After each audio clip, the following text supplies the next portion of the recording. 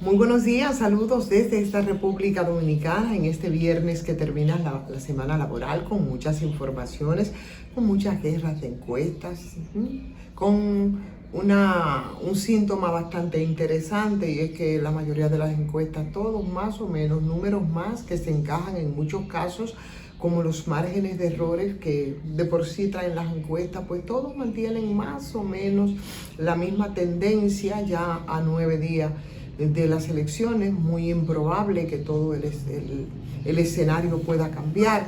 Así es que la suerte está echada y vamos a ver entonces finalmente lo que pasa. Llamar, por supuesto, al derecho cívico ciudadano de todos nosotros de acudir a las urnas. Es el derecho que es de manera secreta, pues vamos a ejercerlo y vamos a hacerlo por quienes entendamos que al menos en esta coyuntura puede ser lo mejor para el país en el trance que nos encontramos, porque sí, como la mayoría de los países de la región, estamos en un trance político, partidario, de alternativas, de liderazgo. Lo he dicho muchas veces y cada día me convenzo mucho más. Esta campaña aún me convenció más por las razones que en el día de ayer, en la conversación y en la transmisión que tuvimos, explicaba con un poquito más de detalle.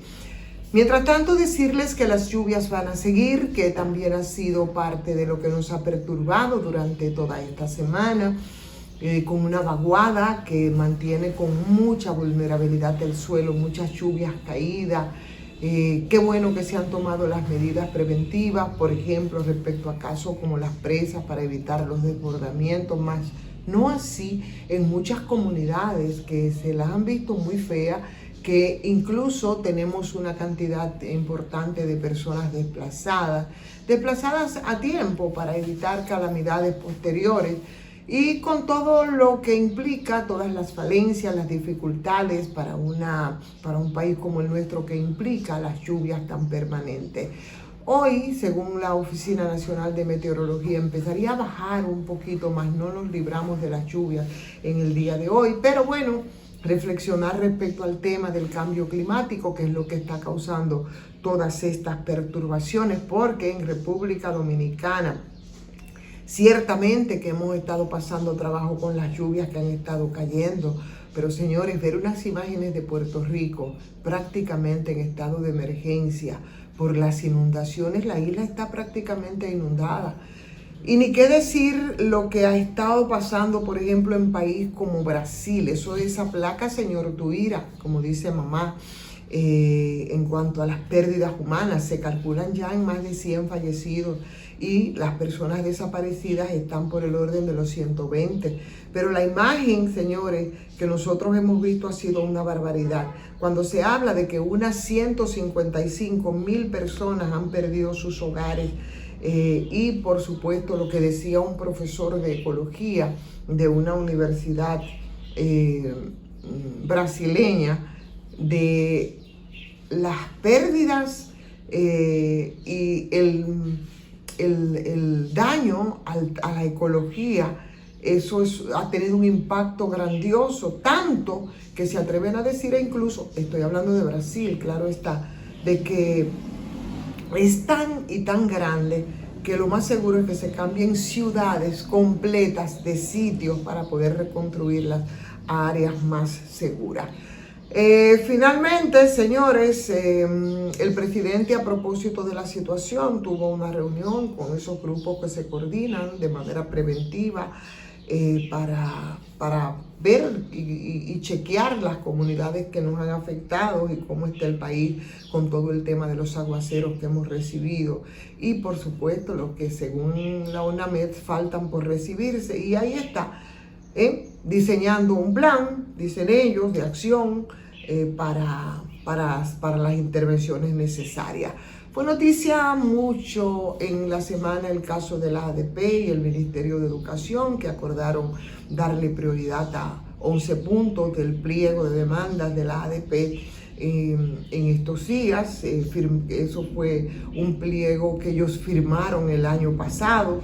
Y entre esos puntos están la reparación y el mantenimiento también de escuelas, de equiparlas, de nombrar maestros, personal administrativo, personal de apoyo y por supuesto mejorar el almuerzo escolar y la aplicación también de los incentivos por evaluación de desempeño, entre otras demandas.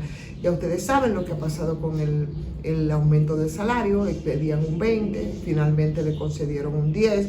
Por lo menos ya el MINER arrancó con aparte de esas promesas o de esos puntos acordados, que fue con el mantenimiento de 750 escuelas rurales alrededor del país. Trabajos estos que nos van a costar cerca de 1.500 millones de pesos y que van a incluir reparaciones eléctricas, pinturas, filtraciones, agua potable y todo lo que se requiere para que de manera digna se pueda impartir, ¿no?, el pan de la enseñanza, que cada vez que se hacen estos llamados a paro, bueno, pues se ponen en juego, y a lo que siempre nos hemos negado, mucho más allá de entender, como igual también he dicho en otras ocasiones, por principio, ese derecho, ¿no?, a exigir reivindicaciones de los trabajadores y de las trabajadoras. Hoy, señores, cumple un año más, son 26 años ya, la muerte del más grande líder de masa, José Francisco Peña Gómez, que yo siempre recuerdo, y recuerdo porque Peña Gómez, que murió en 1998, cuando yo estaba ejerciendo mis años de reportera y en los que me tocó prácticamente como única tarea como reportera cubrir todo lo que tenía que ver con uno de los líderes más importantes del partido. Y tanto fue así que la casa de Cambita, donde se había recluido Peña Gómez en los últimos tiempos, se convirtió para mí casi un espacio laboral. Y justo por eso mismo, por ese seguimiento tan sistemático, también me tocó la última entrevista en medio del furor de las actividades cotidianas con José Francisco Peña Gómez.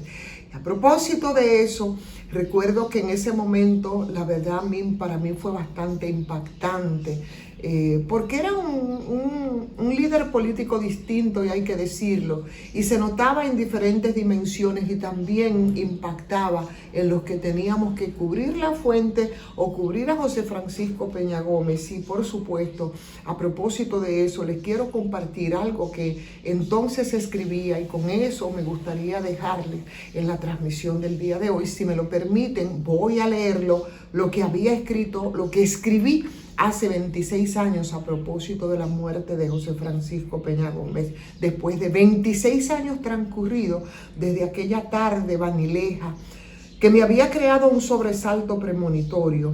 Junto al colega periodista José Miguel Montero del periódico El Nacional, tuve la ocasión de estar haciéndole la última entrevista sin sospechar que pronto se apagaría para no hablar más, a no ser por su trascendencia.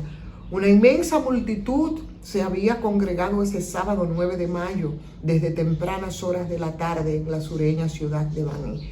Esperaba a su líder, quien se integró a bordo de una jipeta a la actividad. Montada en una camioneta del periódico Hoy, para el que laboraba en la ocasión, y desde donde tenía como única misión dar seguimiento a sus actividades y movimientos, apresuramos la marcha para salirle al frente y pedirle que hablase para nuestros respectivos medios de comunicación. Y fue justo en la intervención de la calle Beler con Nuestra Señora de Regla donde se detuvo la marcha caravana.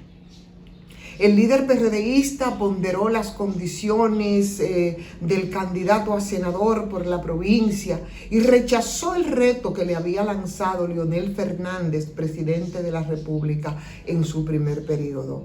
Rechazó el reto porque los caballos del PRD tienen que desplazarse en cabalgata limpia, mientras los leones del oficialismo cuentan con todos los recursos del Estado, fue su respuesta. Cabalgaba él con la muerte enmochilada y como gladiador de grandes lides parecía que lo sabía en su intimidad de combatiente. Entonces no recapacité, pero el doctor José Francisco Peña Gómez detuvo la entrevista, se sentó abruptamente y salió de la caravana. La muerte le dio alcance para dejarlo abierto a una historia de contradicciones, reconocimientos, pero también de muchas ingratitudes. Recuerdo que la llamada del periódico con la noticia de su muerte me arropó toda. Casi no podía iniciar el camino de retorno para cubrir las incidencias del doloroso acontecimiento. Me condujo esa marca humana que me había hecho. Desde mi rol de reportera, silenciosamente y sin darme cuenta, logré construir un gran respeto hacia su personalidad, hacia su persona, que estuvo por encima de su avasallante liderazgo. Como profesional en ejercicio, fue apasionante seguirle, no solo por advertir la nobleza de su alma, sino también por la especialidad de su personalidad. Su deceso no solo tocó a sus compañeros de partidos, también afectó a los periodistas que habíamos hecho de las visitas a su casa de Cambita, San Cristóbal, casi un hábito laboral. Como todos los protagonistas de las noticias, el doctor José Francisco Peña Gómez tuvo en ocasiones diferencias con periodistas. Yo también me peleé con él y una flor me enterneció por la autocrítica delegada. Un hombre de historia que emergió del corazón de los más humildes. Un ser humano con sus rebeldías y sus temores, mas no pudo ser derrotado por completo en las batallas perdidas. Murió a destiempo para su proyecto y a tiempo para que no se lo marchitaran entero. Con él, con el doctor José Francisco Peña Gómez, o como le llamaba su pueblo, Peña, de alguna manera, se fue también una parte de los hombres y de las mujeres humildes de República Dominicana que sueñan con una vida mejor. Con esto voy a dejar mi transmisión en el día de hoy en homenaje al doctor José Francisco Peña Gómez, un líder extraordinario que gravitó por muchos años en la política dominicana. Agradecer como siempre a Farmacia GBC, que con su 20% de descuento en todas sus sucursales nos aligeran un poco la carga, en todas las sucursales y también para todos los medicamentos. Gracias a ustedes por seguirme. Denle like a esta transmisión, compártanla y si no se han suscrito, bueno, pues háganlo y háganlo también si desean a patreon.com/soy Ivonne Ferreras. Muy buen fin de semana para todos, para todas.